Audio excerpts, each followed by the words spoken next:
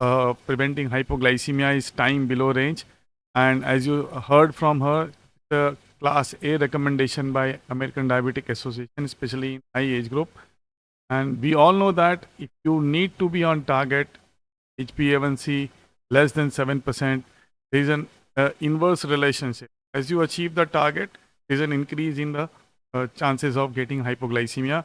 Both the DCCT and the UK PDS had a very, very similar outcome.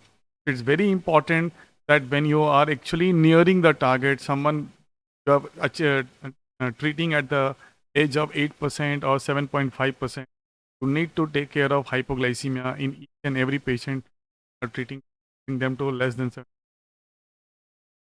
So if you see, this is a very interesting cartoon. Your blood sugars are too high. At this age, we need to start some. So the patient immediately will tell something like this. So is my diabetes really bad? Doesn't insulin cause weight gain and hypos? It's a very immediate reaction which we see in our clinics. Then it should be, it should bring your blood glucose down. But if it goes too low, that's a hypo. That could be dangerous. Always have some orange juice around. And make sure you don't miss a meal because that can cause hypo. So when you say something like this, patient keeps on eating. Dr. Kulkarni was sharing this. And I tell you, there is a impulsive snacking because of fear of getting hypoglycemia. Or if you exercise too much, then that can cause a hypo. So you are putting patients on a doldrum that if you do exercise, you are in a problem. Don't eat, you are in a problem. Take medicines, you are in a problem. So patient is all when you leaves your clinic is in a distress. So, okay, so I need to eat to stop a hypo, and I should be careful about exercise. What's the best way is keep eating and don't do exercise. Both ways you will forget about hyperglycemia. So introduction to diabetes for a new type 1 patient. There are again two sides of coin. When a patient comes to your clinic, tell them you need to be on insulin. And the other side, you have glucagon for them. You need to keep glucagon as well because likely to cause hypoglycemia. So what I'm trying to stress upon is these are patients where you have to actually address hypoglycemia again and again. Someone comes to your clinic with a HbA1c of 6, we are very happy, you are doing excellent. But believe me, someone with an HbA1 of 6 may be having asymptomatic hypoglycemia, which needs to be picked up. What is the bigger problem? Hypoglycemia or the fear of hypoglycemia? This we need to understand. Why we need to understand is asymptomatic hypoglycemia is there even in normal population, and that is not a concern. A lot of people sitting out here having delay in meals may have sugar of 60 and 65 and 68, but it's not symptomatic. But patients who are on hypoglycemic agents like insulin or sulfonylureas always have fear of hypoglycemia, especially when we share with them. So hyperglycemia caused by fear, then hypoglycemia is bad. It can lead to hyperglycemia-induced chronic complications and poor quality of life. And hypoglycemia is bad. You heard dead in bed syndrome, cardiovascular mortality, and quality of life. So we need to balance this. This is what is important in our clinical practice. And this can only happen when we share with our patients that we are going to balance both the perspective in your treatment. What does hypoglycemia mean to our patients? When it's symptomatic, patients are in real big distress. Or patient can have an asymptomatic, low reports sensor detected hypoglycemia. Like Alka said, it will send you alarm. So recently I put a sensor Liberate 2 Plus to one of my patients, and it's supposed to give you notifications to your mobile phone. The patient came the very next day, Doctor Saab, next time don't put this sensor to me. पूरे रात भर मेरे को इसने alarm करता रहा, मेरी नींद बिगड़ गई. पी पी पी पी बजता रहा, मैं परेशान हो गया. And my wife also got scared. She was sitting beside me that something is really wrong. And let me tell you, there are good part of it, there are bad part of it. How do we address this? It's very, very important. So there's no purpose of getting a freestyle Liberate 2 Plus, isn't it? If you switch off the alarm, that's the basic advantage of that you are having a nocturnal hypoglycemia. Even the Liberate 2 Plus has the facility of switching off the alarm. And at the same time, not to forget, even the doctors get the alarm on their dashboard if you are connected with them. Yeah. So that is another challenge when you're sitting, when you are connected with your patients. So in your clinic, where the glycemic pentad deserves a prominent position in the diabetes management in India, need to have a good fasting and a postprandial. We tell them your fasting should be less than 110, your PP should be less than 180, your HbA1c should be less than 6.5 for younger patients, 7 for regular patients, and elderly even 7.5. Your quality of life should be good. Glycemic variability should be minimum. That is what we are actually targeting today as glycemic method. And glycemic variability is increasingly recognized as a critical factor in diabetes management. And we know that same HbA1c can have different glycemic variability. So the triangle of diabetes care revolves around decrease, reduce hypoglycemia, limit glycemic variability. This is what is called as better diabetes management. The evolution of glycemic management is from HbA1c, other markers, to glycemic targets. Now, this is where things have evolved, and you heard in the even this lecture has got a class A recommendation today, especially in people with type 1 diabetes. All type 1 diabetes should have a CM sensor to be used on a regular basis, and even on type 2 diabetes who are on insulin likely to have hypoglycemia. So time in range is effective in capturing dynamic variations in blood glucose values. The time in ranges include three key parameters: percentage of readings and time per day within target glucose range, it's called as TIR; time below target values, which is called as time below range, red; and time above target values, yellow. Today we are going to share some data on time below range. So this is how you have classification of hypoglycemia according to time below range: level 1, level 2, level 3. The basis of the proposed glucose levels when reporting hypoglycemia in clinical trials. Level 1 is glucose alert values of 70 or less. This need not be reported routinely in clinical studies, although this would depend on the purpose of the study. Level 2 is a glucose level of less than 54 is sufficiently low to indicate serious clinically important hypoglycemia. And level 3 is severe hypoglycemia as defined by the ADA, denotes severe cognitive impairment requiring external assistance for recovery. So these are the three important levels which we understand. So defining hypoglycemia in the era of CGM, it's again a very interesting slide. It's a one-dimensional versus two-dimensional definition. What I mean by that is, for type 1 and type 2 diabetes, the usual recommendation is that the TIR should be more than 70. But older or high risk individual, you can actually make it more than 50 and less than 50. This is what is being recommended, and this is really very, very patient centric and useful in your clinical settings, because what we are looking into is, if you see the time below range here is less than 1%, because you heard that senior citizens, older people have a chance of frailty, fall, and fractures, which can be prevented by keeping pregnancy. Again, type 1 diabetes, you have to have, you can happy with a TIR of more, but for a gestational diabetes, it should be close to 90%. So this is what I mean to say is, this cannot be done on the basis of SMBG or by your routine clinical testing. This is on the basis of CGM. So hypoglycemia is again a very important finding in the era of CGM. And today, most of the patients are using CGM where it is available. Now, in the age of CGM, what is hypoglycemia? This is what I was saying. This is what we get on our dashboard.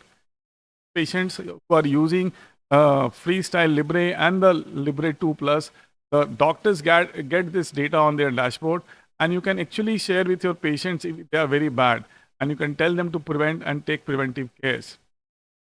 And less than 70, less than 60, and less than 50.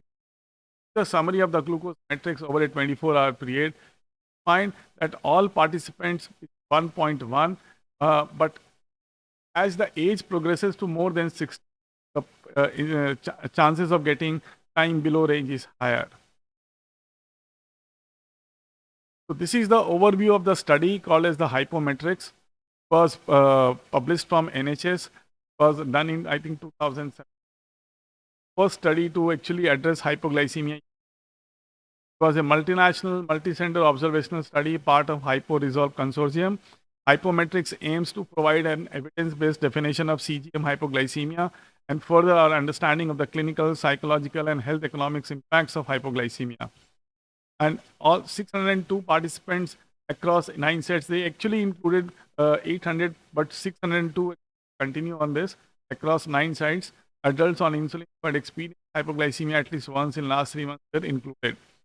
And after the 10 weeks, you will find the participants wore a blinded CG and continued their usual form of glucose monitoring. Sensor-detected hypoglycemia was defined as a glucose reading below the threshold of 70 or more than 15 minutes in accordance with the ATT consensus documents. And here you will find very data that episodes of person-reported hypoglycemia were recorded on the hypometric. There was a smartphone app and the patient to report on them. Person-reported hypoglycemia was defined as a symptomatic event that resolved on carbohydrate intake or a self-measured glucose less than 7 grams per deciliter. This was recorded. And sleep status was also recorded. Echography was the device which was being used. And they actually recorded the sleep status using the Fitbit Charge 4. This allows us to assess the impact of hypoglycemia based on sleep. Activity levels and heart rate were also recorded. Now, if you see this graph is very, very interesting. You have a CGM graph, you have a step count, and you have a heart rate. All three included here. And you will find as there is a drop, the red right here, drop in the blood sugar, there is a change in the heart rate. There is a tachycardia, which right here. These are all asymptomatic sensor-recorded hypoglycemia, but patient has got tachycardia in response to that. And this is what is happening, what Alka was talking about, something like death in bed syndrome. And reported specifically in type 1 diabetes who don't understand hypoglycemia, especially at night time. So definition of sensor-detected hypoglycemia was 15 minutes below the threshold, that is less than 74 and 40, according to the severity. And person-reported hypoglycemia was defined as symptomatic episodes that resolved on ingestion of carbohydrate or a measured glucose value less than 70. This is the overview of the study. Almost 40,000 days, 1,60,000 check-ins, just under 1 million hours of CGM data, equivalent to 102 patients' years of CGM. And here again, you will find that type 1 diabetics had a higher chances of getting, were recorded higher numbers of hypoglycemia compared to type 2 on insulin. And sensor-detected hypoglycemia was higher compared to the patient-reported hypoglycemia, especially in the type 1 compared to type 2. So how do sensor-detected hypoglycemia and patient-related hypoglycemia relate is that sensor-detected hypoglycemia is always higher and it should be clubbed together to understand what actually the patient is getting. Why I'm saying this is many a times if you start a new sensor, patient will get a hypoglycemia for a day or 24 hours. And that actually gives you an alarm and it's a scary data. And that is not symptomatic, that needs to be confirmed using your ASMB. So this is how you actually change see type 1 and in type 2 the percentage of sensor-detected hypoglycemia versus in people with diabetes. Impact of nocturnal hypoglycemia on daily function. This was again a very interesting data which came from the study was the patients getting nocturnal hypoglycemia, as I said, without getting any symptoms. You'll find that there were 10 domains which were actually included: sleep quality, overall mood, energy level, cognitive functioning, fear of hypoglycemia, negative affect, fear of hyperglycemia, productivity, memory, and social function. You will find almost all these domains were impacted if the person was getting asymptomatic nocturnal hypoglycemia. And this was one area which was actually sensor-detected hypoglycemia, which was, you see the graph, it was also both in type 1 and type 2 diabetics, domains were affected. So this was the effect of threshold on the rate of sensor-detected hypoglycemia per week. So you can imagine how important it is to pick up asymptomatic hypoglycemia using a sensor. So this was the impact. Asymptomatic, there was no biological impact, no impact on well-being. Symptomatic patients, there was no biological impact, but there was a negative impact on well-being, quality of life. And if you see again, negative impact on biological impact, no impact on well-being if the patient has got severe hypoglycemia, even with the sensor. And symptomatic, there was both biological impact and negative impact on well-being. So there is a big psychological impact. As I said, the wife sitting the whole night, the husband sitting the whole night and seeing the data from the notification from the sensor actually impacts the psychosocial life. So preventing hypoglycemia is the key.